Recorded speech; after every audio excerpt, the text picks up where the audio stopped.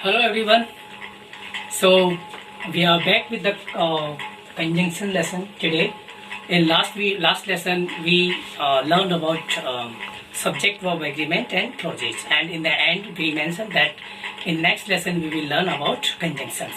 So today's lesson is about, first we will understand what a conjunction is, like how do we use the conjunction and what does conjunction do in a sentence, and then four main types of conjunctions.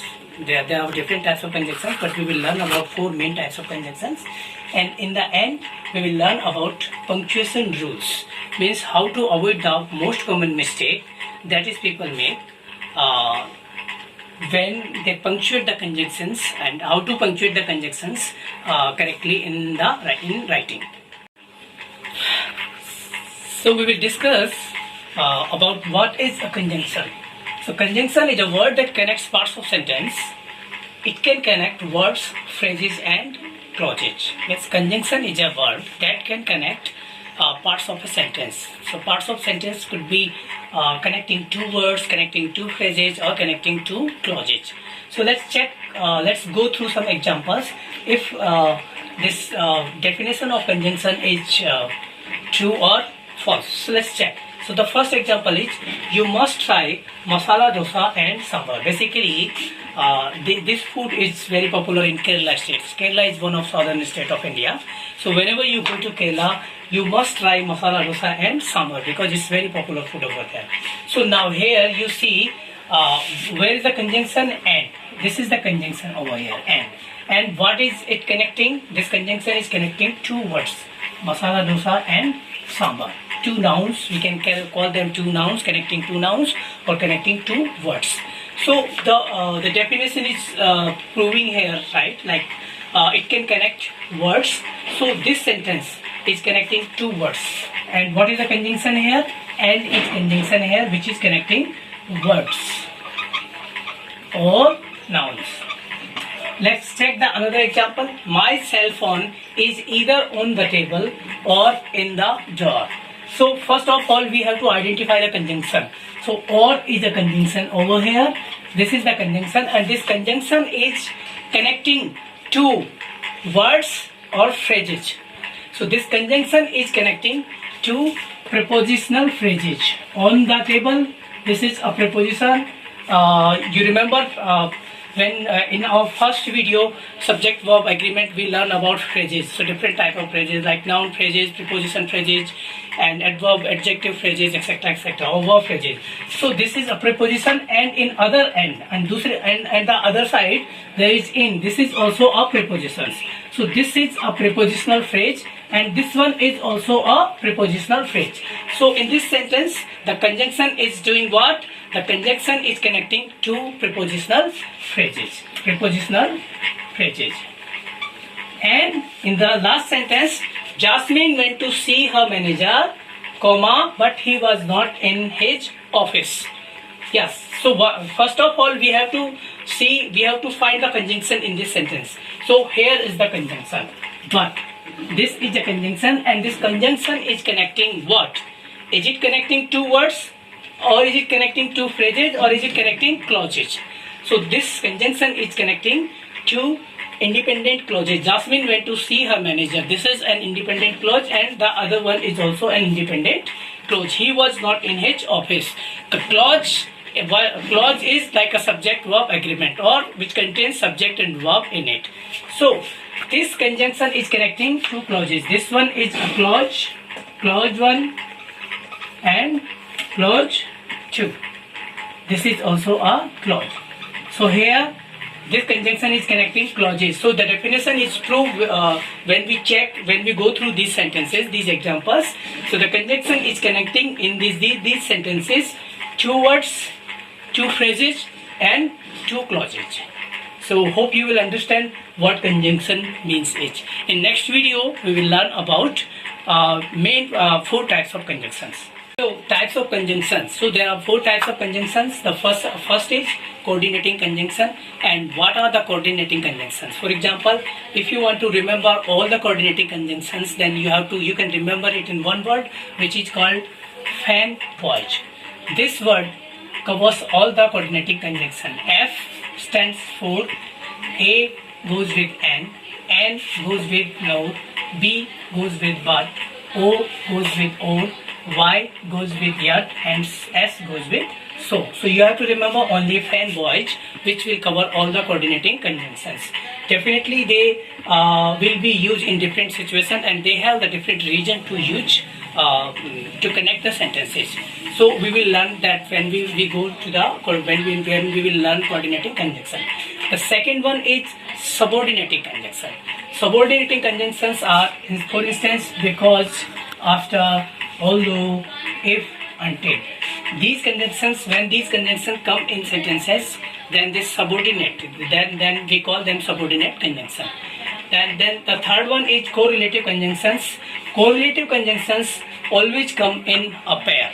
For example, either or, you might have seen, or you might have read, or you might have heard somewhere these conjunctions. So they also connect two sentences together, or parts of sentences together. Either or, neither nor, both and, not only but also. This sounds very familiar. I think most people know these are the conjunctions, and they connect to parts of sentences. The last one is conjunctive adverbs. And conjunctive adverbs are however, therefore, in addition. So they are adverbs. These are adverbs, but they act like a conjunction, and they help to connect the parts of sentences in a sentence. So that is why we call them conjunctive adverbs. Now, don't be scared by all these names, and not important to not important to remember these names. What is important is that we have to know how to use them correctly in the sentences. So of course the topic conjunction is huge, and it has many grammar rules relative to them, but we have to, in this video we will learn how to use and how to punctuate the conjunctions correctly while we are writing something. So let's start with coordinating conjunction. Yes, so let's learn how do we punctuate the sentences while using coordinating conjunctions. Most commonly used type of conjunction. So there are 7 coordinating conjunctions, but most commonly 5 coordinating conjunctions we see in the sentences. So how do we remember the conjunctions? Again, I want to introduce the word fan voyage. F stands for and, nor, but, or, yeah, so. For and nor are not used a lot as a conjunction, but for we mostly use as a preposition in a sentence, but the other 5 are very much common in the sentences. Other 5 are like and, but, or, yet, and so. So the thing is, so how to punctuate them correctly? So punctuation in each sentence, add comma wherever necessary. So for example, we have punctuation, we have conjunction in a sentence, and where do we add comma, where do we not add comma, where do we not add comma. So the thing is, so let's take the example. First example, Anjali's house is beautiful and spacious. So where do we use comma in this sentence? Can we use a comma in this sentence? We can. So first of all, we have to identify the conjunction.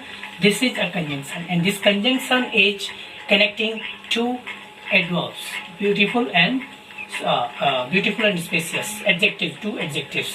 So Anjali has a beautiful house and which has lots of space. So this is describing a quality of Anjali's house. So we only have two adjectives over here, and the conjunction is connecting two adjectives. So we cannot use comma over here. Next sentence: does Lokesh work in a library or a restaurant?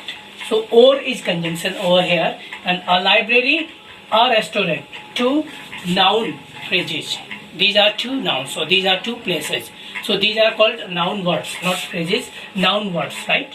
So again, these are two nouns, and we have only two nouns. That is why we cannot add any comma. Third sentence: we need to buy sugar, butter, flour, and vanilla extract for the cake. Can we use a comma in this sentence somewhere? Yes, we can use a comma in this sentence. So where do we use a comma? So we can use a comma when we have a list of items, or when we have more than two items in one sentence, then we have to use comma except the last item. So for example, let's use comma in this sentence. We need to buy sugar, one item, butter, second item, flour, third item, and last item is vanilla. So we cannot use comma after the last item because we don't have another item. So we only use comma after sugar, butter, and flour. So this is how we use comma. Yes. And two important rules of coordinating conjunctions. These are very important rules. We have to remember it. These rules are only about the commas. So only two words or phrases, no comma. We have to remember, if we have only two words or two phrases in a sentence, I am not talking about clauses. If we have two clauses somewhere or sometimes in different situations, we use comma while we connect two clauses. Clauses is a different story, but I'm just talking about phrases and words. So when we use two words or two phrases, we do not use a comma in a sentence. Comma is a punctuation mark, right? And the second rule is more than two items, comma after each, except the last one. If we have more than two items in a sentence, or we have a list of items in a sentence, then we use comma after every single item except the last item. That one you can see in the last example. We have a list: sugar, butter, flour, and vanilla, and this is the last item. So we cannot use comma with the last item. So we cannot use comma after vanilla, right? But we have to use with these three: sugar, butter, flour, comma, and vanilla. So this is about the comma, where we can use commas. But in next video we will learn about if there are two clauses and we are using the coordinating conjunction is connecting two clauses, where should we use comma, where should we not. So this is the rule third of independent clauses: comma, conjunction, and independent clause. So this rule says that when we have two independent clauses in one sentence, and those clauses are connecting with a conjunction, then we have to use a comma after the first clause and before the conjunction. Let's take a look at the example. First example: Aslam gifted his mother an iPad for her birthday and she loved it. So first of all, we have to see, are these sentences, if the two sentences are connected with and conjunction, are they independent clause or not? So the first clause is Aslam gifted his mother an iPad for her birthday. So this is an independent clause. What independent clause stand for? Independent clause means which exists on its own, or which has subject and verb agreement in it. It can stand on its own without any support. So that is what independent clause called. So the first clause is independent because it can stand alone. We can write Aslam gifted his mother an iPad for her birthday, and we can end of the sentence. And again we can start another sentence: she loved it. So this is also an independent clause. So this one is an independent clause, and the last one is also an independent clause. So when we connect two independent clauses by using a conjunction, then we have to put comma after the first clause or before the conjunction. So what is the conjunction in this sentence? And is the conjunction and independent clause. Let's see the another example. Shahid wanted to work in Bangalore, but he could not find a job there. Yeah. So there are two different sentences. Shahid wanted to work in Bangalore, but he could not find a job over there, so he is not working over there. Yeah. So two different situations over here, or two different sentences, or both sentences are opposite to each other. So but we use for a contrast. When we have two different clauses in the sentence, then we use but. And both of the clauses are independent. This is an independent clause. This can stand on its own. We can write it alone. For example, Jahid wanted to work in Bangalore, and then other sentence, he could not find a job there. So other sentence is also, the other part of sentence is also an independent clause. Independent and independent. So again, when we have two independent clauses and both of them are connecting with a conjunction, then we have to use comma after first clause or before conjunction. So where should the comma come? Comma would become over here. Yes. So Jahid wanted to work in Bangalore, comma, but he could not find a job over there. Right? Two independent clause. Yes. We can go to the movies or we can clean the house. Again, can we see two independent clauses over here? This one is an independent clause. It can stand its own or alone. And this one is also an independent clause. We can clean the house. And or is connecting. Or we use for choice. When we have a choice, like if we don't like mango ice cream, so if we have a choice, then we can have something else. We can have vanilla. So mango ice cream or vanilla. So when we have choice, then we use or. Yeah, and both of the parts of sentences are independent clauses. This one is also an independent clause, and this one is also an independent clause, because both parts can stand its own. So that is why we have to use comma after the first clause and before the conjunction. So we can go to the movies, comma, or we can clean the house, and then full stop. The fourth sentence, I am not very hungry, so I will just have a milkshake. So we use for reason.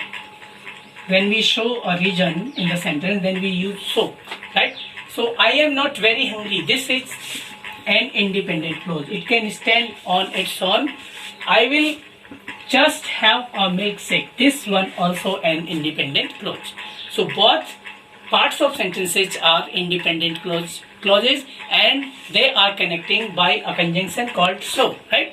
So what we have to remember? We have to remember, if we are connecting two independent clauses with a conjunction, then always put comma after first clause or before the conjunction. So I am not very hungry, comma, conjunction, so I will just have a milkshake. And the last one is, Parveen is an expert at computer. Parveen is an expert at computer programming, yet she teaches economics. So Parveen has two skills. Yeah, so this one is a independent clause. This can stand on its own. Independent, and this one also an independent clause.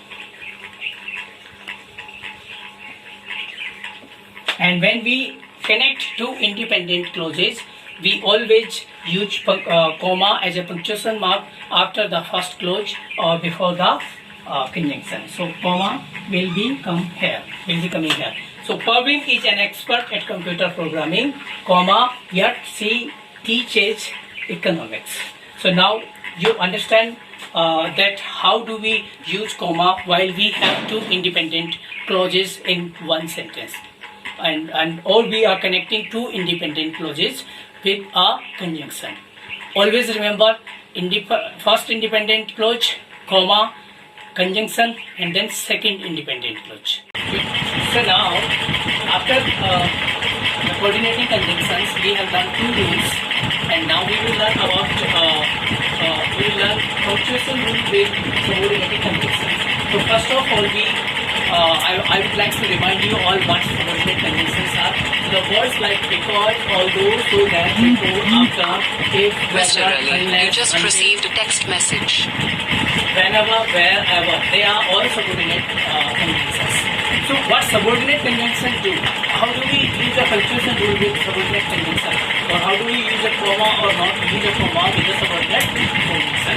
Anyway, well, conjunction always connects to two parts of a sentence or parts So the same thing subordinate conjunction also do, but we will see how does it work in a sentence.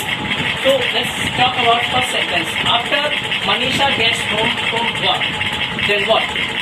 Can you identify a conjunction over here? So after is a conjunction, and this sentence is beginning with after, which means the sentence is beginning with a conjunction. And Manisha gets home from work. With the conjunction, this sentence doesn't make the fact cannot stand on its own. But if we remove after and if we write it, Manisha gets home from work. So still this sentence doesn't stand on its own without an independent clause. So which means this sentence is an dependent clause. So if we want to complete this sentence, we have to add an independent clause. So for example, after Manisha gets home from work, she likes to watch TV for an hour. So what do you see here? Two clauses. The sentence is beginning with dependent clause, and the conjunction is coming in the beginning of the dependent clause, and after the second part is an independent clause. So what should we do? Can we put a comma over here or not? Yes. If a sentence is beginning with dependent clause and the independent clause is coming in the last part of the sentence, then we have to put a comma between both of the clauses. So remember, the comma will come over here. If we change this sentence in other way, means if we write independent clause first and dependent clause after the conjunction, then we don't need any comma in the sentence. For example, Manisha likes to watch TV for an hour after she gets home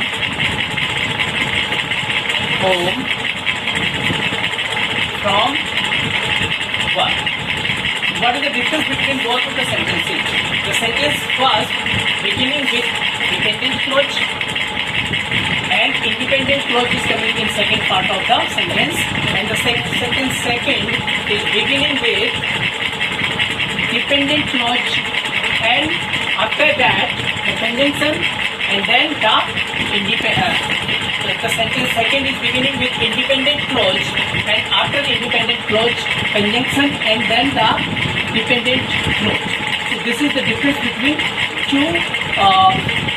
between the parts of the sentences. So the rule is, if a sentence begins with dependent clause, then we have to put comma between both of the clauses. Dependent clause, comma, independent clause. Independent clause, no comma, dependent clause. Right? So that is we have that. This is what subordinate conjunctions means. So if a sentence begins with dependent clause plus conjunction, or begin with conjunction and dependent clause, then we have to put comma before we write the independent clause to complete the sentence. But the same sentence begins with independent clause and then conjunction and then dependent clause, then we don't need comma between both of the clauses. So let's take more examples. There are two examples. So each example has two parts, part A and part B, and by reading the sentences, we have to identify, or we have to understand where should we put comma or where should we not put any comma. So the first sentence, after Manisha gets home from work, she likes to watch TV for an hour. It's the same sentence, right? And this sentence is beginning with dependent clause. So the sentence begins with dependent clause, then what we have to do? We have to put comma before the independent clause. So dependent clause is ending here. So we have to put comma over here, and this is independent clause. And then sentence B, same sentence, but we wrote it in a reverse way. So Manisha likes to watch TV for an hour after she gets home from work. So this sentence is beginning with independent clause. So if the sentence begins with independent clause and then subordinate conjunction and then dependent clause, should we put a comma? No, we don't need a comma over there. So no comma. This is the sign of no comma. Right? Yeah. Last sentence. Because we have an exam tomorrow, we are going to study all night. Right? The entire sentence makes a sense, complete sense, right? But we have to first identify the conjunction in this sentence and then dependent and independent clause. Which one is dependent clause and which one is independent clause? So remember, when a sentence begins with conjunction, which means that is a dependent clause. Conjunction always come with dependent clause. Subordinate conjunctions always come with dependent clause, right? So this sentence, the conjunction is because is conjunction, and after conjunction, this entire part of sentence is this entire part of sentence is a dependent clause. Dependent clause, and then other part of sentence is independent clause. Independent clause. So remember the rule: dependent clause, comma, independent clause. So we should put comma in the over here. Yes. So where would the comma come? Comma will be here. Here. This is the comma. So because we have an exam tomorrow, comma, we are going to study all night and full stop. If we write this sentence in a different way, we are going to study all night because we have an exam tomorrow. Do we need a comma over here? No, we don't need any comma over here because the sentence begins with independent clause and subordinate conjunction and then dependent clause. So we don't need a comma. So what should we remember with the subordinating conjunctions? Dependent clause, comma, independent clause. Independent clause, no comma, dependent clause. That is the rule we have to remember while using subordinate, while punctuating subordinating conjunctions in the sentences. Next one is punctuation rule with conjunctive adverbs. Conjunctive adverbs, right? So the conjunctive adverbs are words like however, therefore, otherwise, moreover, furthermore, for example, finally. These are all conjunctive adverbs. Now the reason is, why do we call them conjunctive adverbs? Conjunction and adverbs. Well, the reason is we call them conjunctive adverbs because some of the adverbs act like a conjunctive in conjunction in the sentences. That is why we call them conjunctive adverbs, right? So, what is the rule? What is the punctuation rule, or how do we use the punctuations while using conjunctive adverbs in two parts of sentences or in the parts of a sentences? So let's take a look at first sentence. The first sentence is Ajay loves living in Delhi. However, his wife hates the traffic and the pollution. First of all, the conjunction is however over here. We have to identify conjunction first.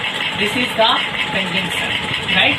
The next task is we have to understand are these two parts are dependent clause or independent clause, word phrase or noun phrase or etc. etc. So the first part is Ajay loves living in Delhi. This is a complete sentence. It can stand on its own. So that is why this is independent clause. Independent clause, right? This is the conjunction. Then his wife hates the traffic and the pollution. This is also an independent clause because this is a complete sentence too. So his wife hates the traffic and the pollution. This is an independent clause also. So the first thing we have to understand or we have to remember, with conjunctive adverbs, when a conjunctive adverb comes between two parts of the sentence, then both of the parts are independent clause. Both of the parts are what? Both of the parts are independent clause. This one is an independent clause and the other part is also an independent clause. Now, time to understand how do we punctuate. Can we use a comma or semicolon or both, right? So, when we use a conjunctive adverb between two independent clauses, then after the first independent clause, we use semicolon and after conjunction we use comma. So both punctuation we use in a conjunctive adverb. So what are the two punctuations? Semicolon and comma. Semicolon and comma. So Ajay loves living in Delhi, semicolon.